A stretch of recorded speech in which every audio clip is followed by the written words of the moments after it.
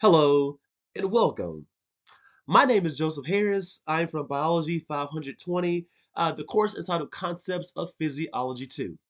I'm currently a student at Grand Canyon University under the superb direction of Dr. Lee Ott.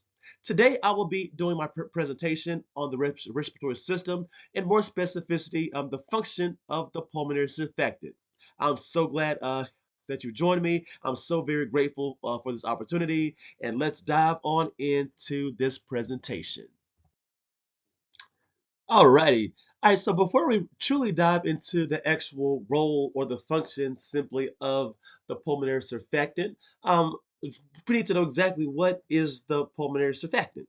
Well, according to Sherwood, 2015, the pulmonary surfactant is composed of a mixture of proteins, and also in the mixture is also going to include lipids as well.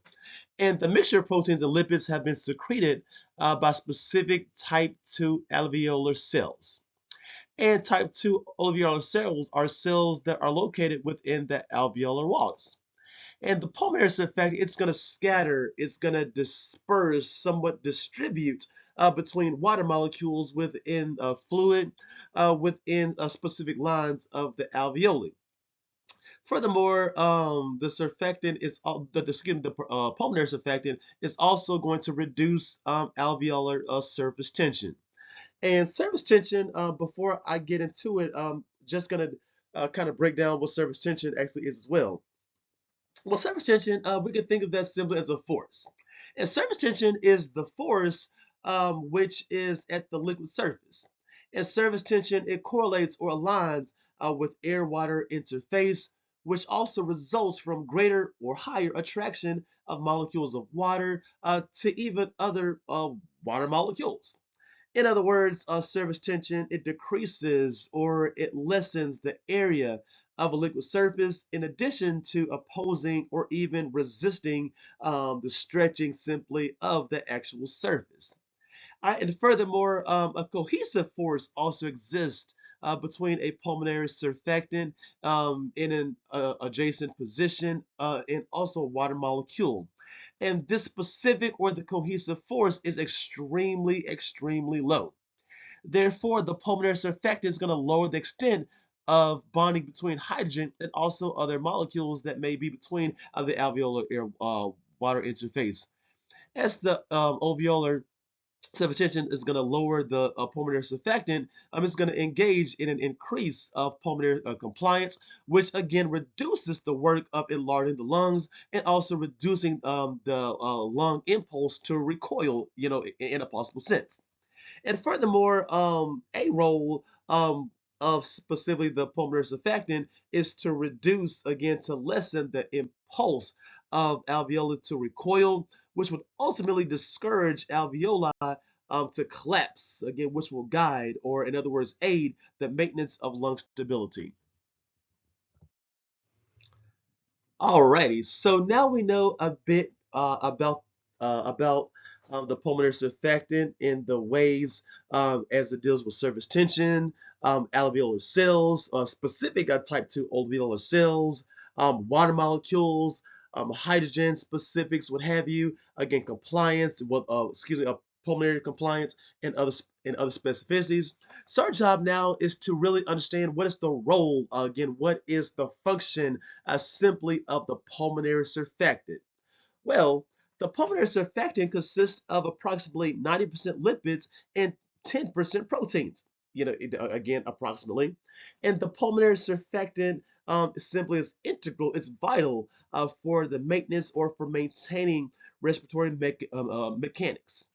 Furthermore, the pulmonary surfactant reduces, again, it lessens alveolar surface tension. And furthermore, are certain types of surfactant are supplemented to newborns that suffer from respiratory distress syndrome. Furthermore, surfactant therapy, it does exist and has been applied with acute respiratory distress syndrome. However, success within this specific type has not necessarily been in full favor. And of course, there is research surrounding this area also as we currently speak. Furthermore, the primary goal or the function simply of the pulmonary surfactant is to merely lessen or reduce the surface tension that exists within the alveolar surface.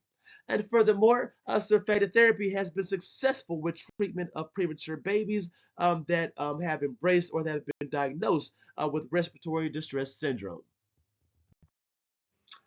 All right, and gonna kind of go a bit further ahead to a point. So pulmonary surfactants, it's not only simply in one area simply of the respiratory system. The pulmonary surfactants are also present or also exist in the bronchioles and also tiny airways as well. And just going to briefly discuss this specifically. Well, the primary function simply of airway surfactant is going to deal with the maintenance or maintaining patency simply of specified airways to aid or guide in preventing cohesion of the bronchiolar walls. And, and just going to go a bit further ahead as well, there are lots of mammals such as certain reptiles or even seals that go through what we call expiratory cycles. And airway surfactant is vital simply of this specifically due to the fact that these mammals sometimes collapse or their lungs collapse. A part of their lungs or even their full lungs, what have you, may collapse during, once again, their expiratory cycle or even their diving cycle of life simply as well. Moreover, pulmonary surfactants include multiple physiological functions. Some of those physiological functions are dealing with surface tension, and some are dealing with non-surface tension simply as well. Well, a few specific functions of physiological functions that are related to surface tension include particle removal, fluid dispersal, airway stabilization, maintenance of a large gas transfer area, protecting epithelial cells, and even more. And a certain specific non-surface tension is going to be related to physiological functions, which includes smooth muscle relaxation, pathogen barrier, specific or not specific host defense, and also more. All right, so we've discussed quite a bit. So just going to kind of recap a tad bit regarding pulmonary surfactants, the roles, and just going to add a couple of more specifics as well before this presentation ends. Well, just going to note at this time that type 2 epithelial cells, they're going to aid in maintaining the pulmonary function and furthermore the secretion of pulmonary surfactants. And also noteworthy to add that acquired and also genetic disorders that correlate with the surfactant system may also cause chronic or acute lung disease. Furthermore, once again, pulmonary surfactants, they're going to lessen, again, they're going to diminish somewhat, they're going to reduce surface tension. As we talked about earlier, the surface tension is indeed a force. And furthermore, pulmonary surfactant is vital, it's essential, it's integral for the maintenance, for the upkeep simply of lung volumes in the respiratory cycle. Furthermore, if the dearth or if a lack of pulmonary surfactant in premature infants occurs is amid with respiratory distress syndrome, or even in adults that have been diagnosed with acute respiratory distress syndrome, it could possibly lead to respiratory failure. Furthermore, type 2 cells, once again, they're vital in surfactant production in the sense that the type 2 cells, they're going to guide, they're going to aid in the reparation or repairing of the lungs, again, from a possible somewhat injury. And also, type 2 cells, they're going to clear alterations in genes. And they're also going to aid or process in type 2 cell homeostasis.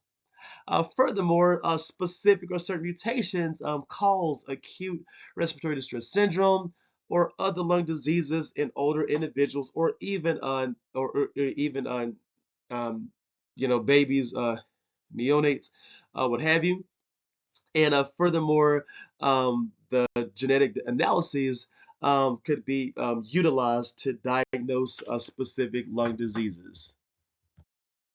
And this concludes the presentation regarding the function of pulmonary surfactant. I do thank you for this opportunity. I do thank you for tuning in. If you have any questions, comments, please let me know. Once again, I'm grateful for this opportunity. Thank you again, and I look forward to next time.